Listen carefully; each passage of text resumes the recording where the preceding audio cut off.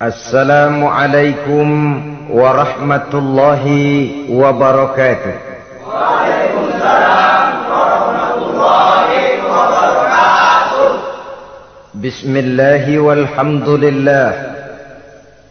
Wassalatu wassalamu ala sayyidina Rasulillah wa ala alihi wa sahbihi wa man tabi'ahu wa walah. أما بعد سبحانك لا علم لنا إلا ما علمتنا إنك أنت العليم الحكيم لا حول ولا قوة إلا بالله العلي العظيم. Saudara-saudara kaum muslimin rahimakumullah, sebagai agama sempurna, Islam memberikan bimbingan kepada manusia sejak ia berpribadi, berumah tangga, bertetangga, bermasyarakat, sampai kepada berbangsa dan bernegara. Adalah benar jikalau dalam ayat ketiga surah Al-Maidah Allah Subhanahu wa ta'ala berfirman, Al-yawma akmaltu lakum dinakum wa atmamtu alaikum ni'mati wa raditu lakumul islam dina. Pada hari ini telah aku sempurnakan bagimu agamamu. Sempurna dalam arti bahwa nilai-nilai Islam menyentuh seluruh kegiatan hidup manusia, sejak dari yang sekecil-kecilnya sampai kepada yang sebesar-besarnya. Wa atmamtu alaikum ni'mati, aku cukupkan nikmatku kepadamu. Wa raditu lakumul islam dina, dan aku ridhoi Islam sebagai agama bagimu. Pada pertemuan kali ini kita akan membicarakan cuplikan kecil dari bagaimana hak-hak hidup bertetangga menurut ajaran Islam.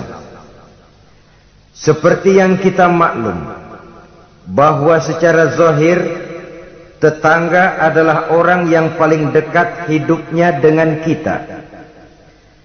Apalagi jikalau kita adalah perantau, walaupun hakikatnya seluruh manusia di permukaan bumi ini adalah perantau. Tapi perantau dalam artian kita jauh dari kampung halaman tempat di mana kita dilahirkan, jauh dari ayah bunda, keluarga, sanak famili, dan handai tolan. Tidak selamanya hidup ini berjalan mulus. Kadang kita berhadapan dengan hal-hal yang tidak menyenangkan. Kadang kita bertemu dengan hal-hal yang tidak kita harapkan. Tentu bukan orang dari kampung yang datang menolong kita lebih dahulu, melainkan tetangga sebelah menyebelahlah barangkali yang akan melaksanakannya.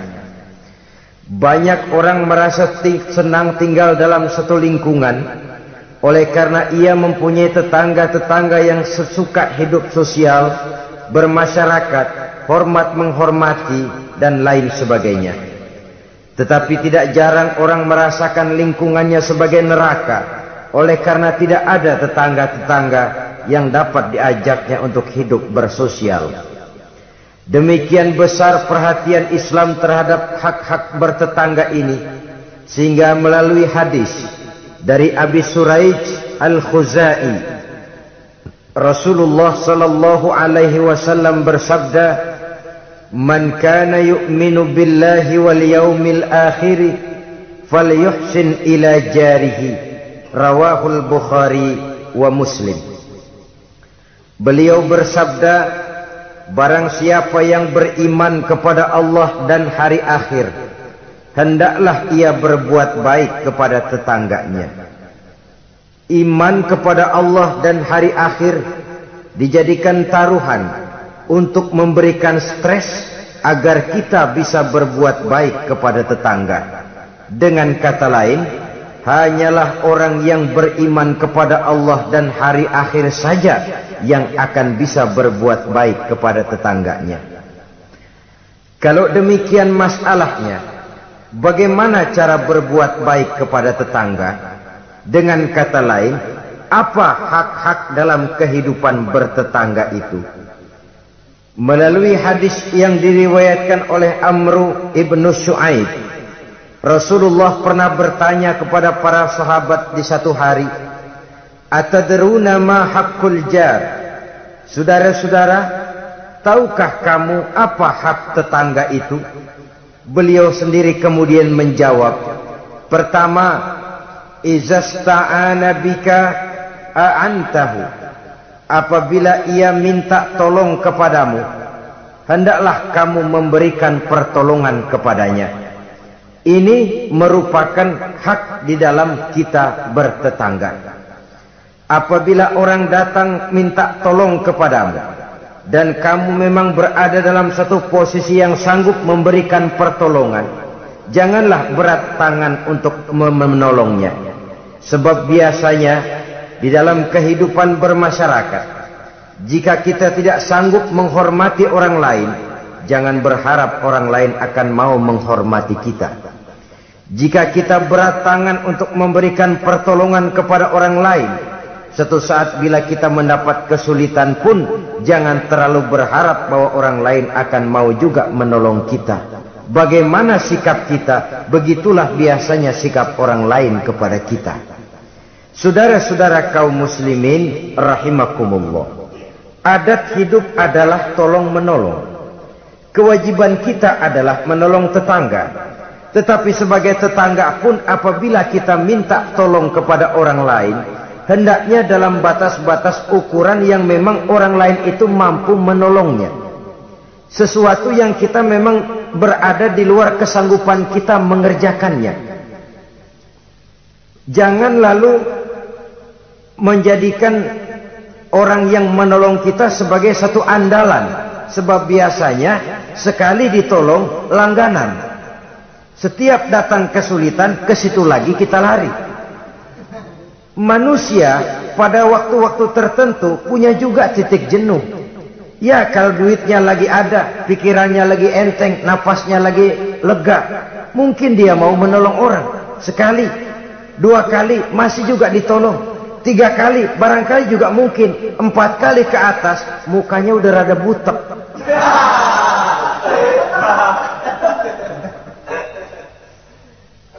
Saudara-saudara, oleh karenanya, walaupun adat hidup adalah memang tolong menolong, tolong menolong itu artinya kan take and give, saling memberi, saling menerima. Ada saatnya kita memberi, ada saatnya juga kita menerima.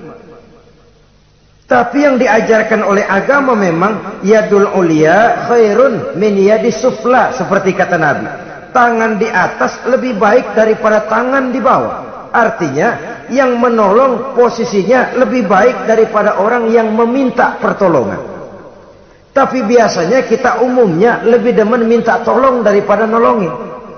Bahkan sesuatu yang kita mampu pun, kalau masih ada yang mau nolongin, masih kita andelin tuh orang. Ya lu aja dah, lu aja. Padahal kita bisa. Akhirnya terdidik kita untuk manja, kehilangan kepercayaan kepada kemampuan diri sendiri. Saudara-saudara, jadi walaupun adat hidup adalah tolong menolong, tetapi jangan lalu mengandalkan sehingga kita tidak mau mengeluarkan kemampuan yang maksimal untuk melakukan usaha terhadap sesuatu yang memang kita masih mampu untuk mengusahakannya. Ini yang pertama. Yang kedua kata Nabi, wa izastan soroka nasartahu. Apabila ia meminta bantuan kepadamu, maka bantulah. Ada perbedaan antara ista'ana dengan istansor. Ista'ana biasanya pertolongan dalam bentuk moral. Istansor pertolongan, bantuan dalam bentuk material. Menolong dengan membantu. Membantu kelihatannya lebih real, lebih nyata. Menolong bisa secara moral. Keduanya diajarkan oleh agama. Orang yang datang minta tolong kepadamu, tolong dia.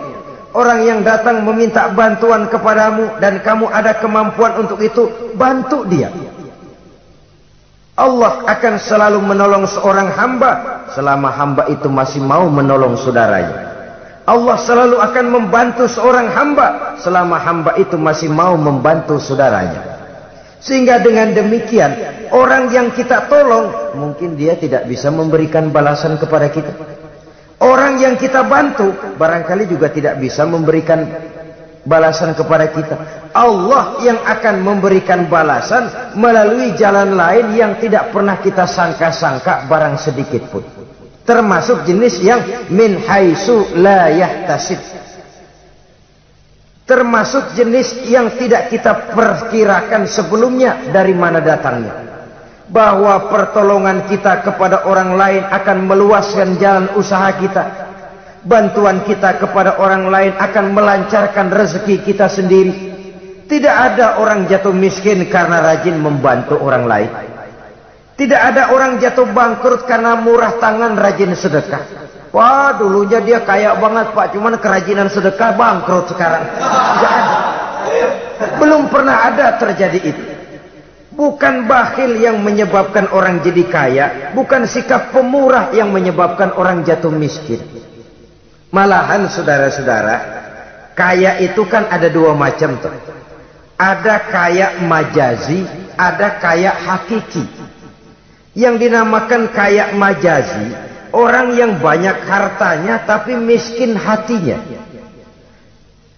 Sebenarnya hidupnya cukup, tapi dia masih selalu merasa kurang, maka dia tidak pernah cukup.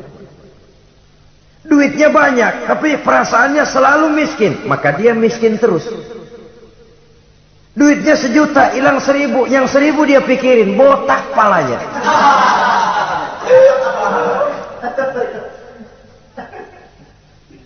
Harta dia cukup, hati dia miskin. Itu yang disebut kaya majazi. Cuma kaya dalam arti kulit luarnya saja. Bahkan kadang-kadang dia sendiri tidak bisa menikmati kekayaannya. Jangankan orang lain, dirinya sendiri tidak bisa menikmati kekayaannya. Konon lagi akan memberikan bantuan kepada orang lain. Duitnya banyak, nah saban sehari makan sama pala gesek mulu.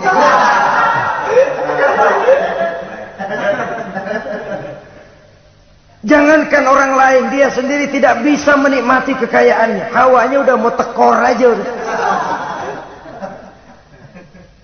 Saudara-saudara, lah yang dinamakan kaya hakiki, orang yang kaya hatinya. Ini sumber kekayaan. Kalau dalam suasana keadaan hidup yang sekarang ini kita sudah merasa kaya, alhamdulillah, inilah yang diberikan Allah kepada kita. Miskin saya? Enggak, di bawah saya masih banyak orang yang lebih miskin lagi. Susah saya? Tidak, di bawah saya masih banyak orang yang lebih susah dari saya. Tidak punya duit saya, oh orang lain yang lebih tidak punya duit lagi dari saya masih lebih banyak. Orang yang kaya hakiki. Dari sini kekayaan berangkat, dari sini kekayaan dimulai. Oleh karena itu biarin duit kita banyak asal hati kita kaya, nggak apa-apa. Daripada duit nggak punya, hati melarat, dah susah kemana-mana. Kesono sumpok kemari sempit. Saudara-saudara, jadi oleh karenanya bantuan kita kepada orang lain akan melancarkan rezeki kita. Pertolongan kita kepada orang lain akan memudahkan usaha kita. Yakinlah itu. Karena Allah tentu tidak buta. Allah tentu maha adil. Allah tentu maha bijaksana. Tidak ada ruginya orang yang menolong orang lain. Walaupun kadang-kadang kan air susu dibalas air tuba. Kadang-kadang ada istilah, gua nulungin anjing kejepit. Susah ditolongin, begitu senang nginjak. Kadang-kadang tahu begitu. Itu perasaan manusiawi kita sebenarnya. Perasaan manusiawi kita. Tapi sesungguhnya walaupun kebaikan kita dibalasnya dengan kejahatan, Allah kan tidak buta. Allah kan adil. Akan datang kebaikan-kebaikan dari arah lain meliputi kehidupan kita. Karena itu jangan pernah menyesal untuk berbuat baik. Jangan pernah menyesal untuk berbuat baik. Saudara-saudara kaum muslimin rahimakumullah. Jadi yang kedua, apabila dia meminta bantuan kepadamu, bantu. Andai kata belum bisa, ya dengan kata-kata. Kata-kata itu juga sudah meringankan kesulitan orang. Kadang-kadang sudah membantu enggak, ngomong enggak enak lagi. Ini namanya orang udah jatuh kita tibanin ember.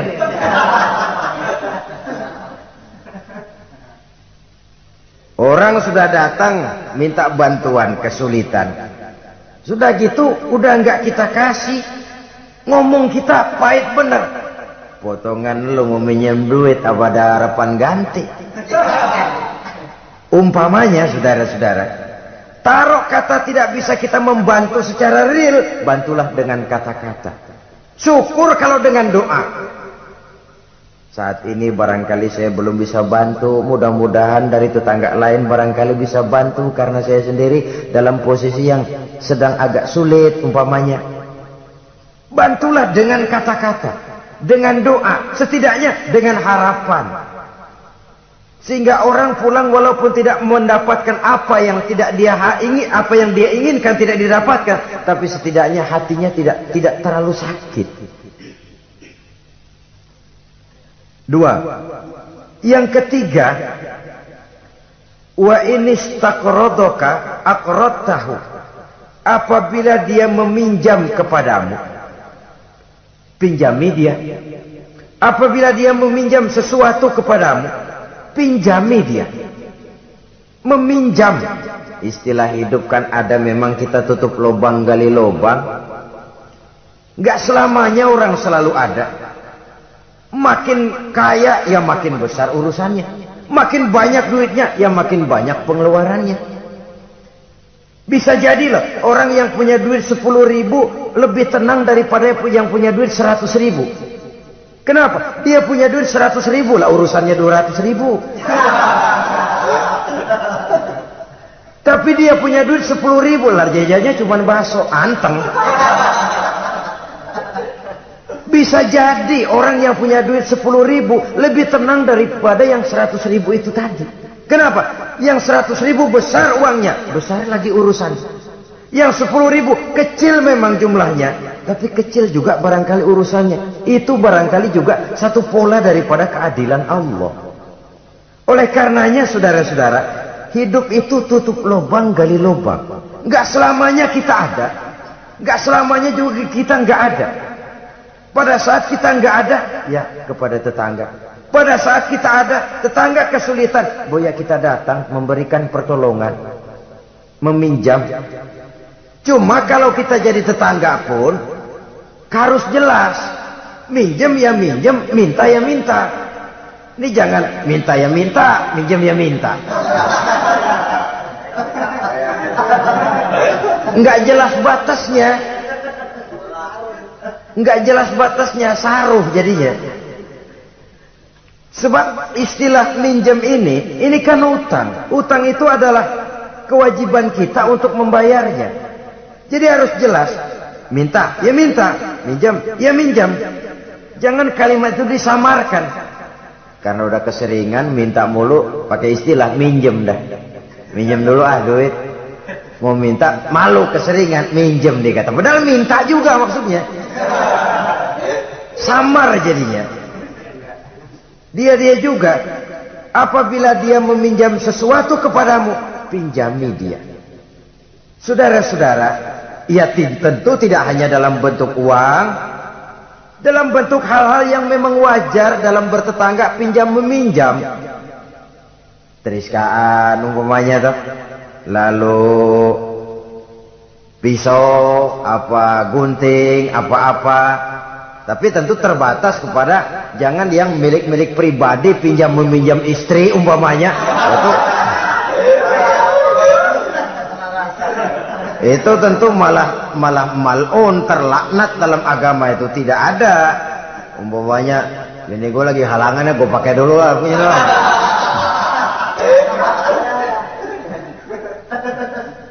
Apabila dia meminjam sesuatu kepadamu yang kamu ada, punya, pinjami dia. Sebab satu saat pun pasti akan terjadi di mana kita juga bisa minjam kepada orang lain. Dengan demikian akan terjadi saling pengertian. Sebaliknya kalau kita ada, seret banget keluarnya. Orang minjem, kita ada, orang tahu kita punya, nggak kita kasih. Entar giliran kita perlu minjem, dia kan gitu juga, bayar utang. Jangan, kalau dia jangan dah, puyuh bebuntut jangan dipinjemin. Nah dia begitu juga sama kita, kan begitu hidup itu. Dia begitu juga katanya sama kita. Orang yang berhati sutra itu jarang. Orang yang berhati emas itu jarang. Yang bisa membalas air tuba dengan air susu itu jarang. Yang bisa berbuat baik dengan orang yang jahat itu kan langka. Kita kan sistemnya masih draw. Udah begitu ya, gue begitu. Seri kita maunya. Dan memang agama mengajarkan wa jazaa'u sayyi'atin sayyi'atun misluha, tapi faman afa wa aslaha fa ajruhu 'ala Allah. Balasan terhadap suatu kejahatan, kejahatan yang seimbang. Tapi kalau kamu berbuat baik dan mau memberi maaf, itu yang lebih baik dan itu yang akan dapat pahala. Jadi kalau orang pelit sama kita, kita pelit lagi, ya seri mang. Seri. Artinya nilai diri kita tidak lebih baik daripada dia itu. Tapi kalau kita bisa baik sama tetangga yang pelit, pertama nilai kita lebih baik daripada dia. Yang kedua dia bingung diri dah. Dia bingung diri. Ini orang gue pelit banget sama dia gue baik banget sama gue. Dia bingung diri saudara-saudara. Kalau emang nggak bingung malu, badak.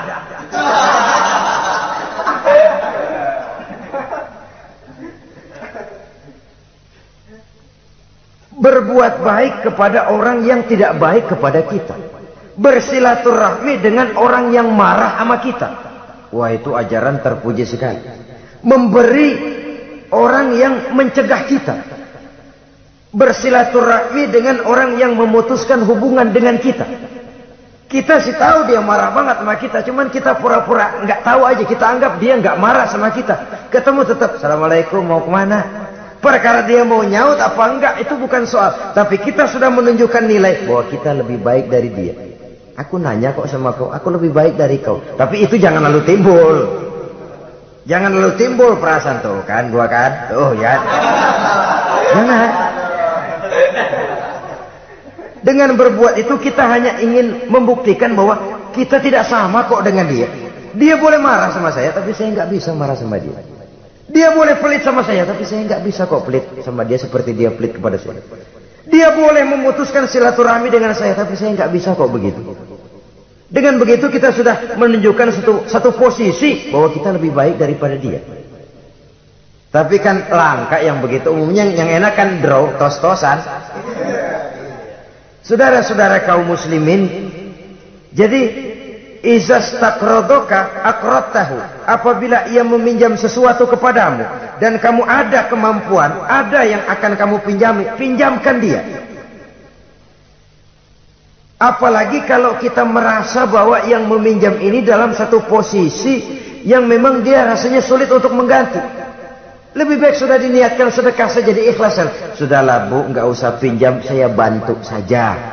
Daripada nanti jadi beban lagi, sudah saya ikhlaskan, saya bantu. Itu yang lebih istimewa. Tapi saya katakan tadi, kalau tidak ada kesadaran bahwa rezeki adalah amanah Allah, bahwa harta adalah titipan Allah, apa sih yang kita punya? Seperti kita lahir ke dunia, begitulah kita akan masuk ke liang kubur. Cuma kelebihannya kain putih saja. Selebihnya tidak ada lagi.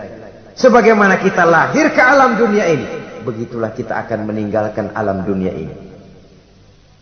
Jadi yang kita jaga kukuh-kukuh, yang kita bentengi, yang kita bakhil karenanya, sedikit pun tidak akan pernah kita bawa. Kecuali kalau dia, saya katakan tadi, kita infakkan di jalan yang diridhoi Allah, termasuk menolong orang. Ada juga lagi nih, minjemin tapi nyakitin. Rentenir namanya. Pakai perjanjian. Minjem 10, pulang 15. Itu sama juga nyekek leher. Karena itu rentenir sangat dicela dalam ajaran agama. Mencari orang-orang susah, menolong. Tapi di belakang menolong menjerat. sehingga utangnya itu lalu beranak. Giliran nggak mampu aja, tanah orang digetet. Mungkin nggak mampu, rumahnya ditarik. Habis dah. Saudara-saudara kaum muslimin, akhirnya yang melarat semakin bertambah kemelaratannya. Itu yang keempat. Maksud saya yang ketiga. Yang keempat, saudara-saudara, wa iniftaqara utta alaihi. Apabila dia miskin, maksud miskin di sini kesusahan. Utta alaihi, tengokin orang yang kesusahan. Saudara-saudara, ini bahkan yang dicontohkan lebih diutamakan oleh Nabi. Kalau orang susah yang sakit, lebih diutamakan untuk ditengokin. Kenapa? Udah jelas langka yang nengokin, langka yang nolongin. Mau berobat susah, ke dokter juga sulit. Tapi kalau orang kaya sakit, dokter dia bisa telepon, apotek dia bisa telepon. Nggak ada duit, dia bisa bayar pakai kredit card. Orang miskin sakit, boro-boro manggil dokter. Kadang-kadang mantri juga nggak mampu dia panggil. Sehingga dengan demikian apabila ia mendapat kesulitan, tengokin. Jangan berat langkah untuk menengoki orang yang memang mendapat kesulitan itu. Sebab kalau tidak, maka nanti pada suatu saat bila kita yang mendapat kesulitan, orang akan berat juga kakinya untuk nengoki kita. Kita biasanya kalau orang kayaan aja dikit dapat kesulitan, udah kayak besan yang nengokin dah. Yang mau setor muka, yang mau jilat macam-macam. Tapi kalau yang digubuk reot yang melarat itu mendapat kesulitan, yang lewat cuma melengos dong. Ciano sakit ya? Iya, kesianan. Udah kesianan doang. Terus lewat. Terus lewat. Saudara-saudara kaum muslimin rahimakumullah.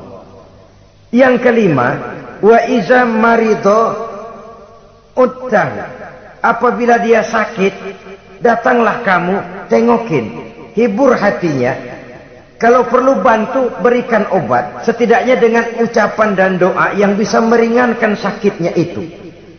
Sebab ini, kalau orang sakit ditengokin, itu kesannya itu mendalam sekali. Bukankah itu Quraisy yang ngeludahi Nabi masuk Islam? Oleh karena pada waktu sakit dia, Nabi yang nengokin. Tiap Nabi lewat ke masjid diludahi. Begitu itu orang sakit, Nabi pertama yang nengokin. Apa yang terkesan? Ya Muhammad, bukan main akhlakmu. Tiap hari kamu lewat, saya ludahin. Sekarang begitu saya sakit, seorang pun belum datang nengokin saya. Kamu lebih dulu nengokin. Akhlakmu Muhammad. Mulai hari ini saksikan. Asyhadu an la ilaha illallah wa asyhadu annaka ya Muhammad Rasulullah. Masuk Islam. Kalau kita sakit ditengokin orang, rasanya udah jadi obat tuh tengokan. Dan akan kita kenang, kita ingat. Iya dulu waktu saya sakit, dia datang. Dalam kondisi di mana kita prihatin, pertolongan orang biasanya, kebaikan orang sangat tidak mudah kita lupakan. Dan ini akan berakibat kita merasa berhutang budi. Dan kata orang, hutang emas bisa dibayar, hutang budi dibawa mati. Saudara-saudara kaum muslimin, jadi oleh karenanya apabila dia sakit, tengoki, jenguki. Kalau perlu, berikan bantuan sesuai dengan kemampuan yang ada pada diri kita. Yang keenam, saudara, yang merupakan hak bertetangga, wa iza mata tabi'ta janazatahu. Apabila ia meninggal dunia, iringi jenazahnya sampai ke liang kuburnya. Dan ini sudah kita bicarakan pada pertemuan tentang hak-hak muslim beberapa waktu yang lalu. Yang ketujuh, hak bertetangga. Wa in asobahu khairun hanna'tahu. Apabila ia mendapat kebaikan, hendaknya engkau ikut bersukacita. Senang kalau tetangga lagi senang. merasa suka kalau tetangga dapat nikmat. Alhamdulillah ya, tetangga kita udah bisa beli TV berwarna, mudah-mudahan kita bisa numpang nonton. Alhamdulillah. Jangan lantas sakit hati. Gile udah beli TV berwarna, merah tuyul berapa biji nih?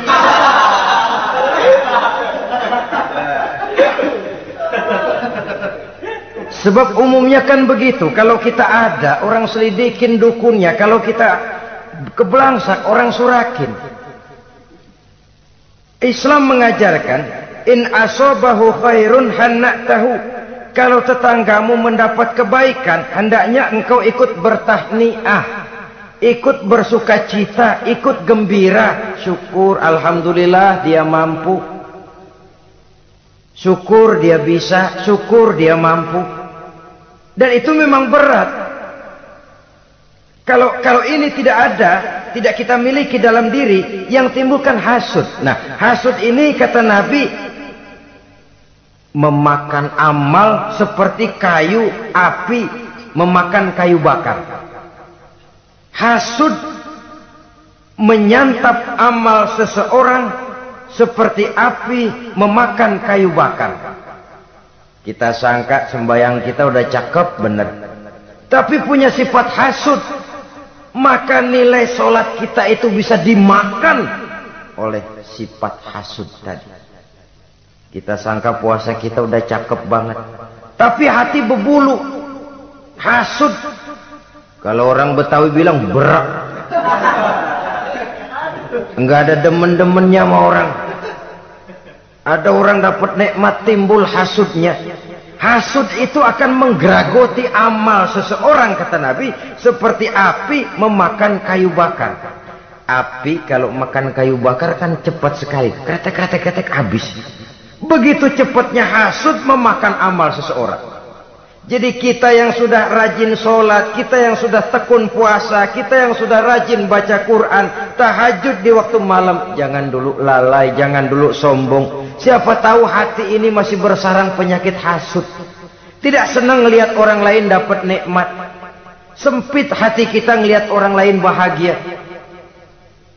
Saudara-saudara kaum muslimin rahimakumullah. Alangkah mulianya ajaran Islam. Tetanggamu dapat kebaikan, kau ikutlah bersukacita, kau ikutlah gembira, kau ikutlah bahagia. Kenapa? Kita umat Islam, jangankan bertetangga kepada sesama muslim, kepada yang non muslim saja hak bertetangga itu ada, apalagi kepada yang sesama muslim. Satu badan, apabila yang satu sakit, yang lain akan ikut merasakan sakit. Sering dicontohkan badan kita, saudara jalan tengah malam, asik jalan, jempol kesandung akar nangka, beletak. Kontan begitu ibu jari tersandung, darah keluar, mulut bilang aduh, pala ikut pusing, mata nangis. Nggak usah pakai nunggu undangan. Nggak ada ibu jari tersandung, mulut bilang sama mata, nangis lo, mata sakit nih.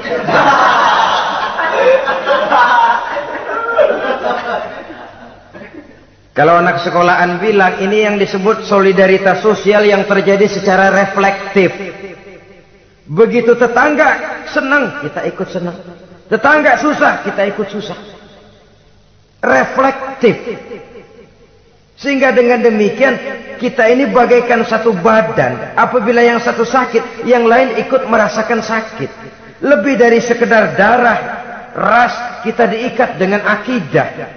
Dari akidah yang sama, lahirlah rasa kesamaan, kesetiakawanan sosial istilah sekarang ini. Sehingga kesenjangan bahwa yang kaya makin kaya, yang miskin makin bangkrut, tidak akan makin memuncak. Ya memang bahwa penduduk dunia selalu ada yang miskin, ada yang kaya, itu nature, sunnatullah. Emang dari sononya udah begitu. Kalau semua orang kaya, ya tidak ada yang miskin. Semua orang miskin, ya tidak ada orang kaya. Logikanya, seseorang dinamakan kaya karena ada yang miskin. Orang disebut miskin karena ada yang kaya. Kenapa dia bilang kita bilang dia miskin? Kita ukur dari yang kaya. Kenapa kita bilang dia orang kaya? Kita ukur dari yang miskin. Jadi mestinya orang kaya itu terima kasih kepada orang miskin. Sebab kalau tidak ada orang miskin, orang kaya tidak ada. Saudara hadirin yang saya hormati, jadi dengan demikian etik dalam kehidupan bertetangga menurut ajaran Islam, apabila tetanggamu mendapat nikmat, kau ikut bersyukur. Kan langka yang begini nih. Yang ada yang enak banget emang kita katain. Kita katain. Atau paling tidak kata-kata yang enggak enak. Lihatin aja dia mau kemana. Lihatin gitu. Segitu enggak senengnya lihat orang lain dapat nikmat. Yang kedelapan, lawanannya, wa in asobathu musibatun azzaitahu. Apabila ia mendapat kesulitan, azzaitahu, kamu hendaknya ikut bertakziah, ikut berduka cita. Dia mendapat kesulitan, kita ikut berduka cita. Kesulitan yang paling ringan sekalipun. Radionya hilang, televisinya hilang, istrinya umpamanya hilang. Umpamanya.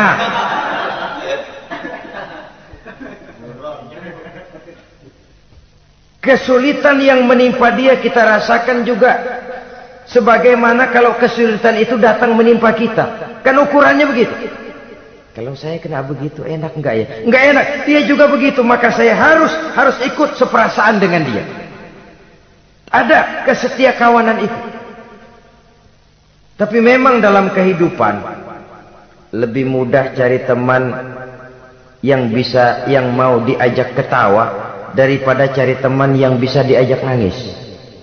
Sehingga kata seorang penyair, in zada mali kullun nasi khulani wa in qalla mali fala khillun yusahibuni.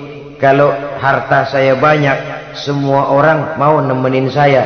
Tapi kalau saya jatuh miskin, kagak ada yang nongol. Kalau kita lagi basah nih, rezeki lagi lancar, yang tumben ketemu ngaku encing sama kita. Iya, lagu encing lu ini. Ketemu baru itu encing katanya.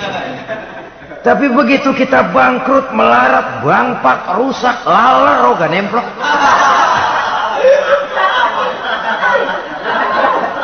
Laler sekarang tahu juga orang susah rupanya. Begitulah kehidupan sesungguhnya, tapi tidak begitu yang diajarkan oleh agama.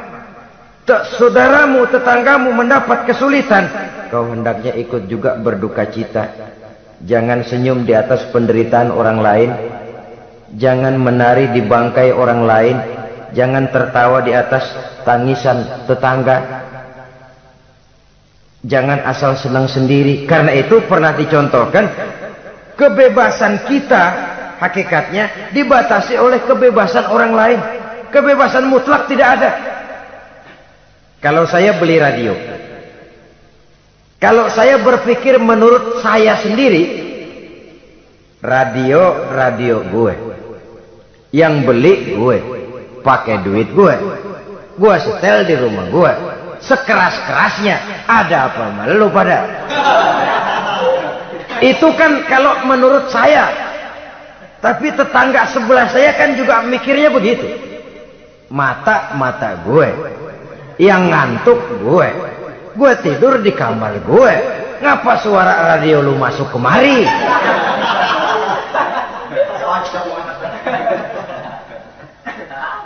Jadi pada saat itu kalau demikian, kebebasan saya nyetel radio dibatasi oleh kebebasan tetangga saya yang mau tidur. Ini yang disebut hurriyatul mar'i mahdudatun bi hurriyati ghairihi. Kebebasan seseorang dibatasi oleh kebebasan orang lainnya. Kebebasan dalam arti mutlak sudah tidak ada hakikatnya. Betapapun saya senang wayang golek, senang bukan main. Tapi kalau sudah jam 3, tetangga saya sebelah mau tidur dengan aman tanpa perlu harus diganggu. Kalau begitu, cukuplah saya dengar saja karena saya senang. Tetangga saya belum tentu senang juga dengan wayang golek. Jangan cuma memperturutkan kesenangan. Oh pokoknya emang saya hobi banget wayang golek. Masa bodoh jam 3 kayak setel habis dah. Masih ayah nama gening udah.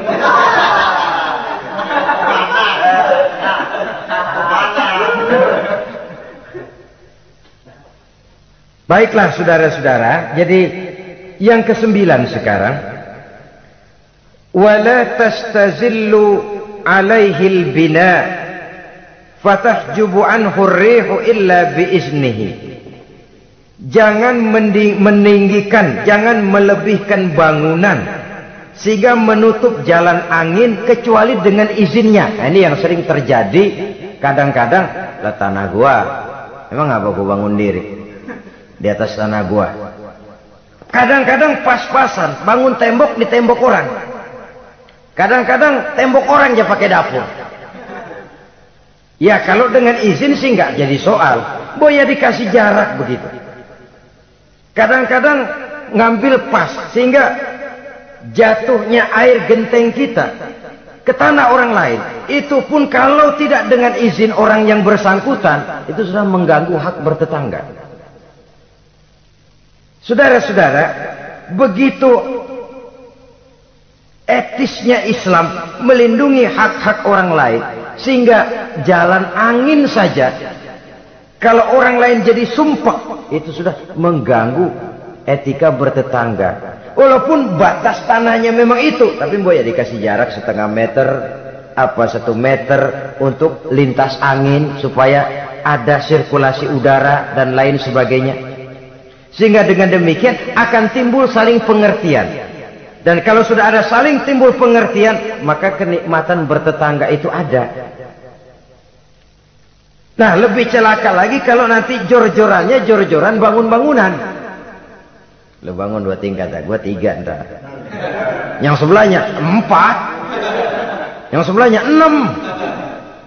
Kalau sudah begitu, apalagi motifnya untuk menunjukkan bahwa saya lebih hebat dari tetangga sebelah, kita akan terjebak kepada alhaakumut takatsur hatta zurtumul maqabir. Lalai oleh karena berlomba memperbanyak itu saja.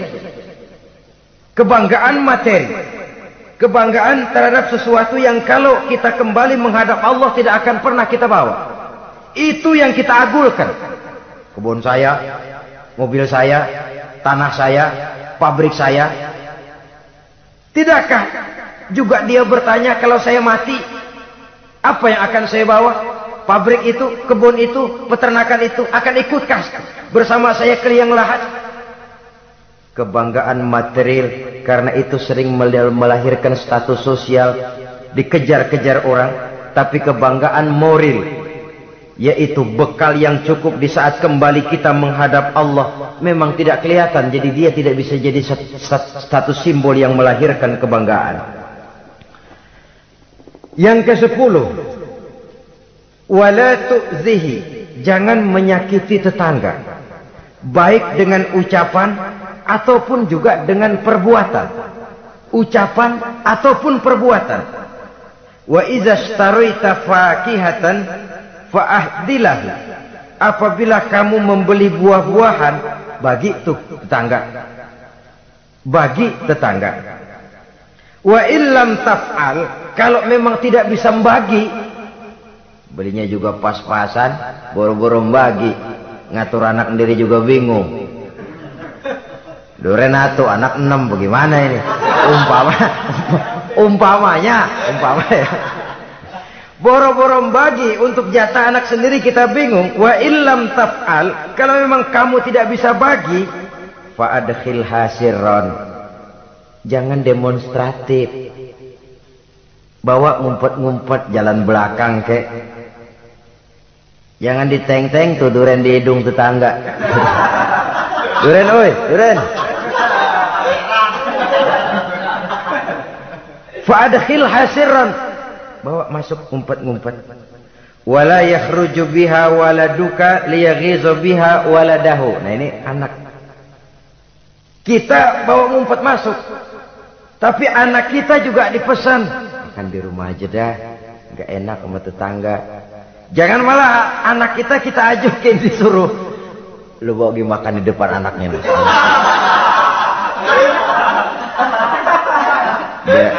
Biar dia celam-celam gitu. Karena itu tentu akan menyakiti perasaannya. Apalagi kalau dia lihat, ya tetangga kita sih mungkin nggak minta, tapi etisnya kan begitu, etisnya. Kok kayak hidup sendirian sih, bawa rambutan sekarung, sebelah kayak kebagian dikit, enggak, apa dimakan semua sekarung? Orang berpikir begitu. Dia mungkin nggak, jangankan minta, berharap pun enggak, tapi etisnya bertetangga itu. Kalau kau membeli buah-buahan, bagi tetanggamu, hadiahkan tetanggamu. Andai kata tidak bisa dilakukan itu, jangan demonstratif. Saudara-saudara, bukankah ini pada hakikatnya menjaga perasaan? Karena bertetangga itu peka sekali. Apalagi bagi kita yang tinggal di perkampungan dengan perumahan yang rapat, atau di komplek-komplek di mana persaingan kelihatannya dalam satu level itu begitu menyolok. Kadang-kadang status suaminya, pegawainya sama, golongannya sama, tapi sebelah punya kulkas, sebelah enggak, murub. Sebelah TV-nya berwarna, sebelah hitam putih, meriang. Sebelah beli motor, sebelah enggak, bengek. Sering terjadi hal semacam itu, menimbulkan psikosomatik. Itu sering diceritakan. Dibakar oleh perasaannya sendiri. Tinggal lagi di komplek, di mana kelangsungan kehidupan kelihatan betul sehari-hari. Sering terjadi. Tangganya sebelah beli motor, yang sebelah meriang. Besokannya beli kulkas, dia bikin gawat, masuk rumah sakit. Di rumah sakit dengar tetangganya beli mobil, mati.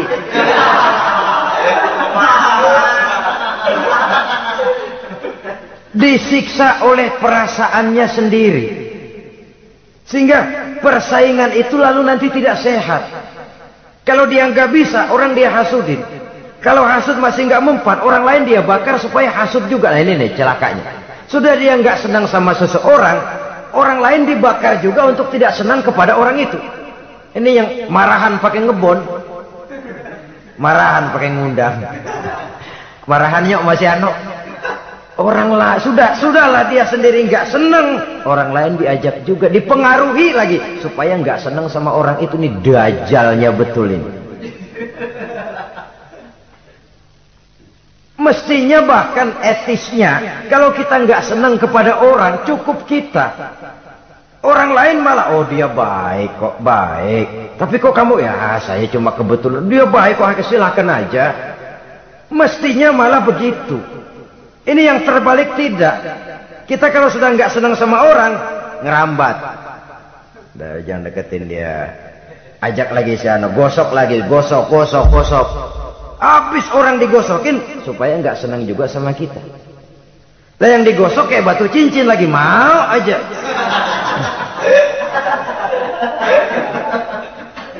Batu cincin apa tikus budeg tuh, nggak ngerti apa-apa, nggak ngerti urusan junturungan, hayo aja. Saudara-saudara kaum muslimin, begitu perhatian Islam di dalam menjaga perasaan bertetangga. Sampai dalam hal-hal yang kayak begini, jangan melukai perasaan orang. Ini kan kelihatannya sepele, soal kita beli lah. Yang beli buah saya, pakai duit saya. Iya, itu perasaan kita. Orang lain tetangga juga belum tentu minta kok. Belum tentu juga kepengen. Tapi dari segi etisnya bertetangga, bahwa kita menghormati dia, ada perasaan itu. Yang ke-11,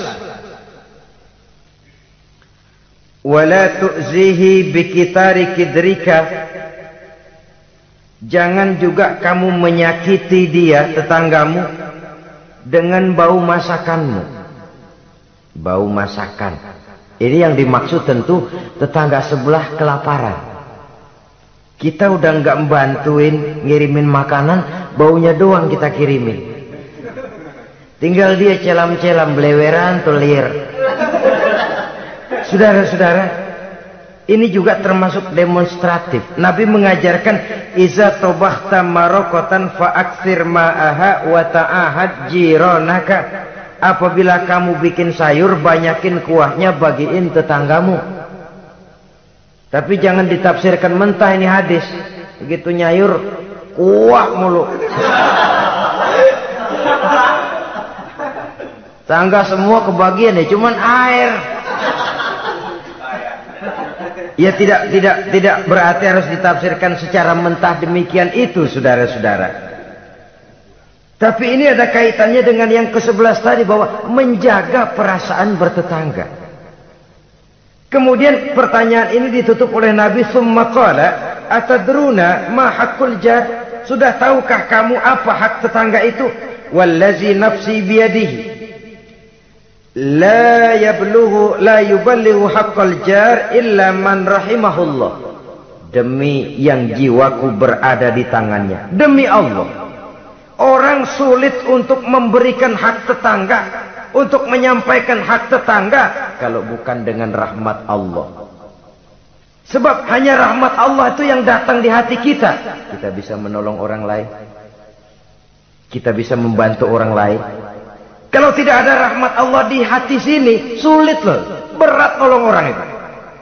Kalau tidak ada rahmat Allah di sini, orang lain dapat kesenangan, kita ikut gembira, itu sulit. Kalau tidak ada rahmat Allah di sini, orang lain dapat musibah, kita merasa juga dapat musibah, sulit. Hanya orang yang di hatinya ada rahmat Allah yang punya perasaan seperti itu. Itu Nabi sumpah, wallazi nafsi biyadih, demi Allah yang jiwaku berada di tangannya. Yang bisa menyampaikan hak tetangga hanyalah orang yang memang dapat rahmat dari Allah Subhanahu wa ta'ala. Dia minta tolong, kita tolong. Dia minta bantuan, kita bantu. Dia minjam, kita berikan pinjaman. Dia miskin, kita tengoki. Dia sakit, kita jenguk. Dia meninggal, kita iringi jenazahnya. Dia dapat kebaikan, kita ikut gembira. Dia dapat kesulitan, kita ikut bersedih. Kita yang mendapat nikmat, sedikit kita bagi dia, kita berikan kenikmatan. Kalau bukan rahmat Allah, rasanya sulitlah untuk berbuat seperti itu. Hanya dengan rahmat Allah. Dan oleh karena dengan rahmat Allah, maka rahmat itu tidak diberikan kepada setiap orang. Artinya, walaupun kita setiap orang barangkali tahu tentang hak bertetangga seperti ini, tapi tidak setiap orang bisa menjalani hak-hak bertetangga seperti ini. Saudara-saudara kaum muslimin rahimahullah. Akhirnya, kita manusia sebagai zon politik, makhluk sosial yang memerlukan keberadaan orang lain, kita menyadari tidak seorang pun di antara kita yang sanggup memenuhi keperluan hidup kita secara sendirian. Kita perlu orang lain, sebagaimana orang lain juga memerlukan kita.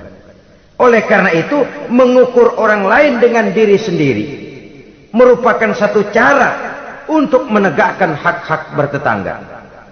Kalau saya digituin enak nggak? Nggak enak. Orang lain juga begitu. Kalau saya diginiin enak nggak? Enak. Orang lain juga begitu.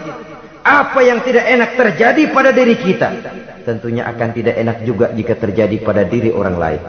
Sepanjang itu yang jadi barometer, kita tidak akan merasa benar sendirian.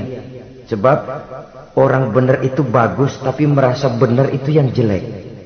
Orang pintar itu baik, tapi merasa pintar itu yang jelek. Sebab tatkala kita merasa bahwa kita benar, sebenarnya bahwa kita paling benar, sebenarnya iblis sudah masuk ke dalam hati kita. Ditumbuhkannya sikap ujub, menganggap remeh orang lain, menganggap enteng orang lain, merasa dihinggapi oleh penyakit superioritas kompleks, kata orang. Merasa dialah yang paling segala-galanya. Dan ini sudah penyakit hati yang juga sangat berbahaya. Karena ujub pun termasuk bisa menghancurkan amalan kita dalam kehidupan ini. Oleh karenanya, maka di dalam hak-hak bertetangga ini, apabila hak ini kita tidak berikan, tentu ada sanksinya. Ya, sanksi sosial dalam kehidupan di dunia ini, kita akan terkucil. Tinggal di tengah masyarakat, tapi dikucilkan. Keberadaan kita dianggap sama dengan tidak ada. Kan nggak enak orang begitu. Ada, tapi dianggap nggak ada.